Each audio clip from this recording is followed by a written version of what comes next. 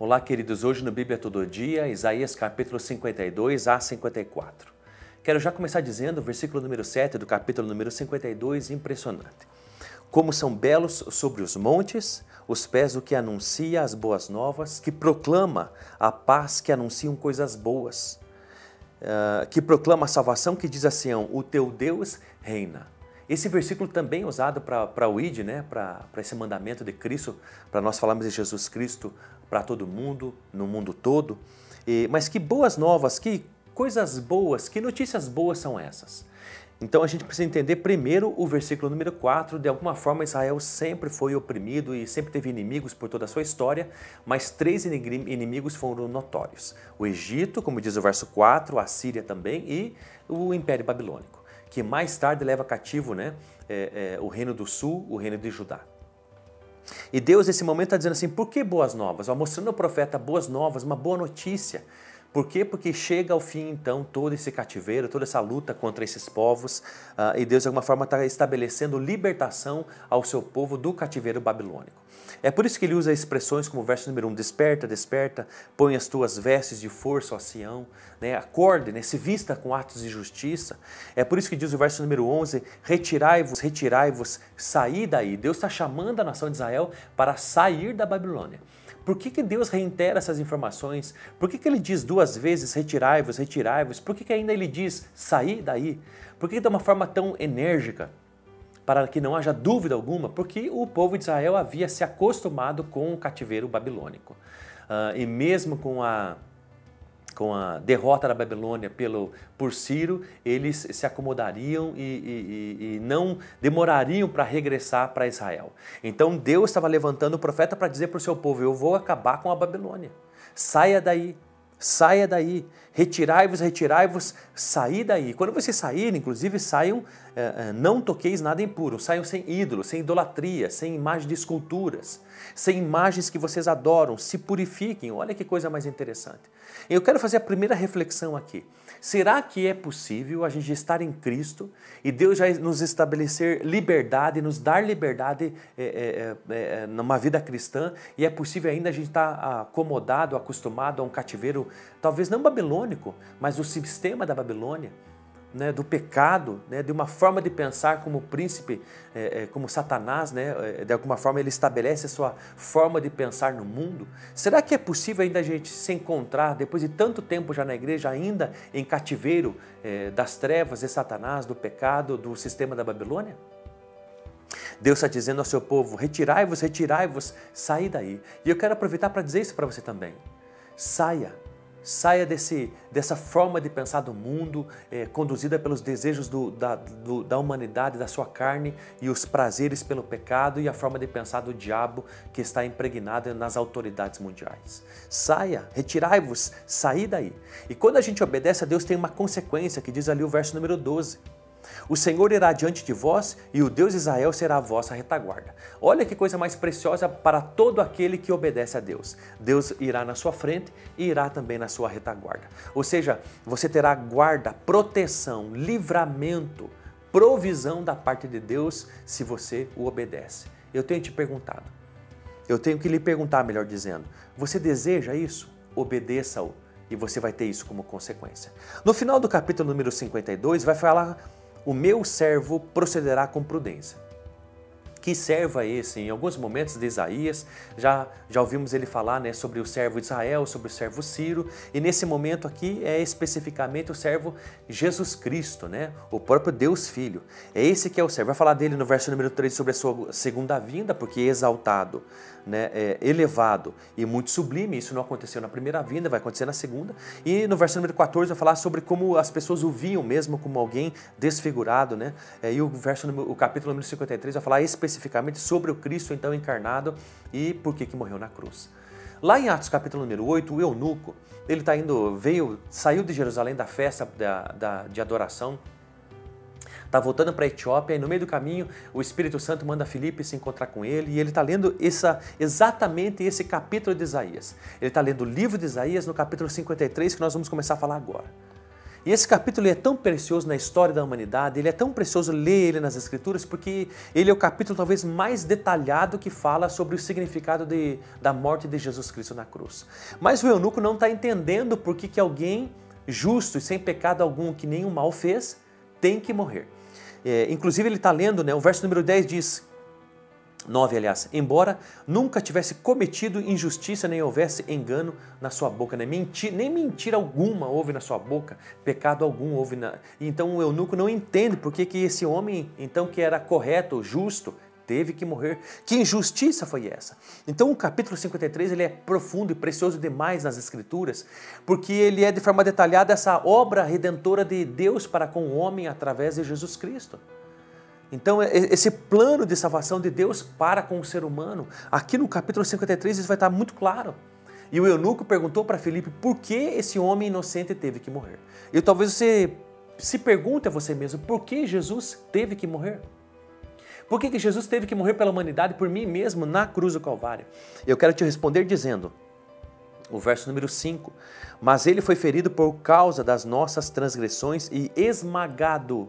Olha que interessante. Então Jesus teve que morrer por nós na cruz por causa das nossas transgressões, por causa dos nossos pecados. E isso foi tão grande e severo, e os pecados de todo mundo, por toda a história, de toda a humanidade, que Jesus Cristo foi esmagado por causa dos nossos pecados e maldades. Você tem ideia do que é isso? Jesus morreu para que nós não tivéssemos que morrer, porque todo aquele que fosse, e todo o transgressor que tivesse pelo menos um pecado que fosse, teria que ser punido. Punido pela justiça de Deus, porque a sua santidade foi ferida por causa dos nossos pecados, transgressões, iniquidades e maldades. Então isso tudo foi derramado sobre Jesus Cristo na cruz. De alguma forma, a humanidade, como diz o versículo número 6, sempre andou desgarrada e se desviando cada um pelo seu próprio caminho e caindo constantemente em maldades. Então, de alguma forma, o ser humano tem isso muito dentro de si mesmo. Ele não quer nem saber das coisas espirituais, nem quer saber de Deus, da justiça, daquilo que é correto, do que é certo aos olhos de Deus, não aos seus próprios olhos. Não aos olhos do presidente, aos olhos de um deputado, vereador, mas aos olhos de Deus. O ser humano não quer saber isso, tudo é muito relativo, cada um tem a sua opinião, cada um anda pelos seus próprios caminhos. A bem da verdade é que a gente está desgarrado e se desvia. A gente está desgarrado dos mandamentos, da palavra de Deus, e a gente se desvia de tudo aquilo que é correto, justo, íntegro e de alguma forma temente a Deus. E é por isso que a gente faz o que faz. Mas graças a Deus por Jesus Cristo. Talvez você pense assim, puxa, mas quanta injustiça, foi mesmo, foi uma injustiça Jesus Cristo, o inocente, ter morrido por nós. Mas esse foi o plano de salvação de Deus, para salvar toda a humanidade. Através de Cristo, Deus estava reconciliando consigo mesmo todo o mundo, toda a humanidade. Foi da vontade, não pense que foram os romanos ou os judeus que mataram, que prenderam Jesus, não. Mas a Bíblia diz no verso número 10 que contudo, foi da vontade do Senhor esmagá-lo e fazê-lo sofrer. Foi da vontade, foi essa presciência de Deus, esse saber, esse conhecer já o futuro e se agradar com tudo isso, morrendo o próprio Deus Filho na cruz do Calvário por todos nós. Por quê? Porque Deus amou o mundo de tal maneira que deu o seu único Filho, para que todo aquele que nele crê não pereça, mas tenha a vida eterna. É isso que diz então Isaías capítulo número 53.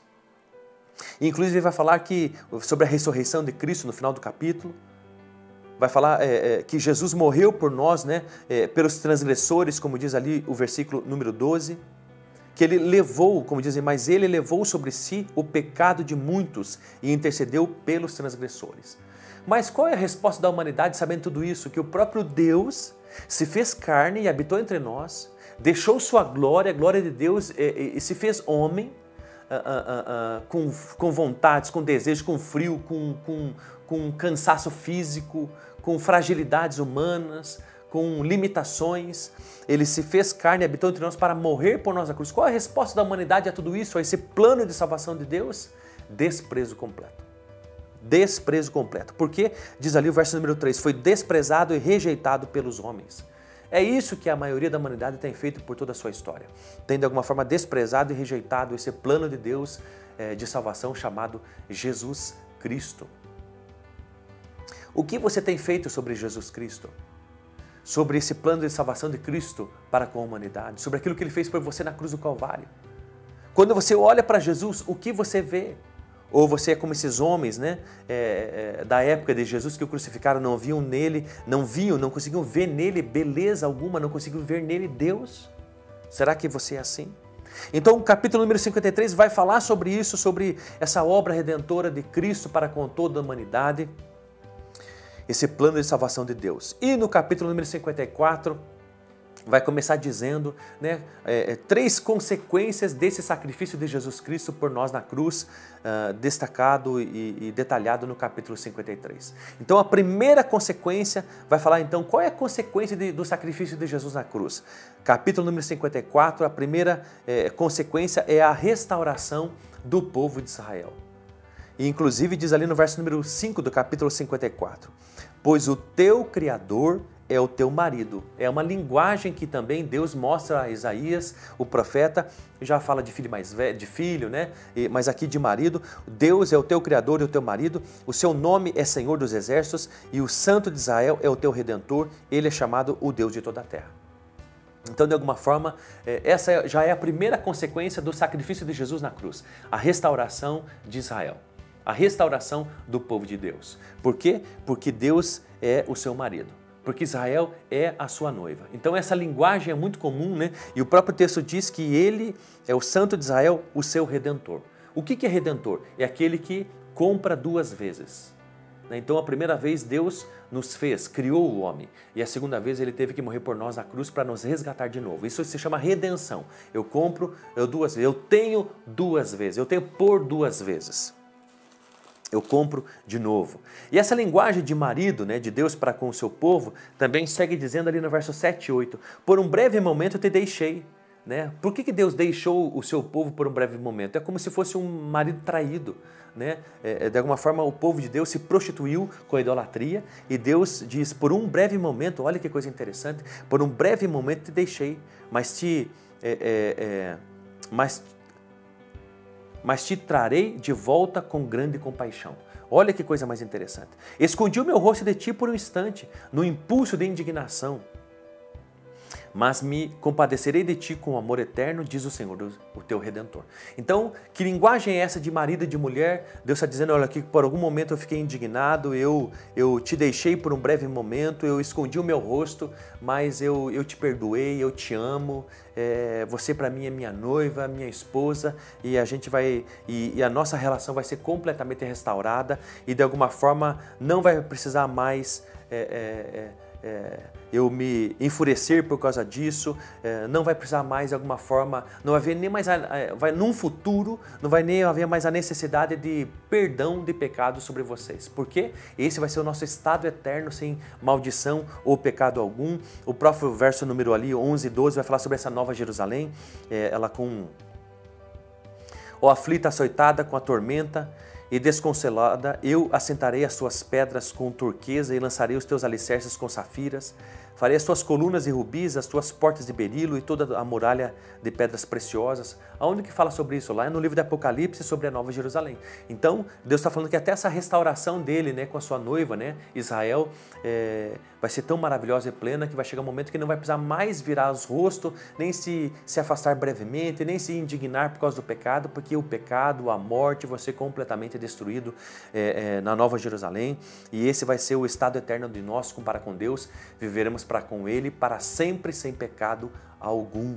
Isso é muita esperança no nosso coração. Saiba que o sacrifício de Jesus Cristo na cruz nos trouxe consequências. Essa é a primeira consequência, a restauração completa de Israel. E eu quero que você entenda que em Cristo Jesus há a restauração completa e plena da nossa vida para com Ele, em todas as áreas e em todos os aspectos. Deus te abençoe.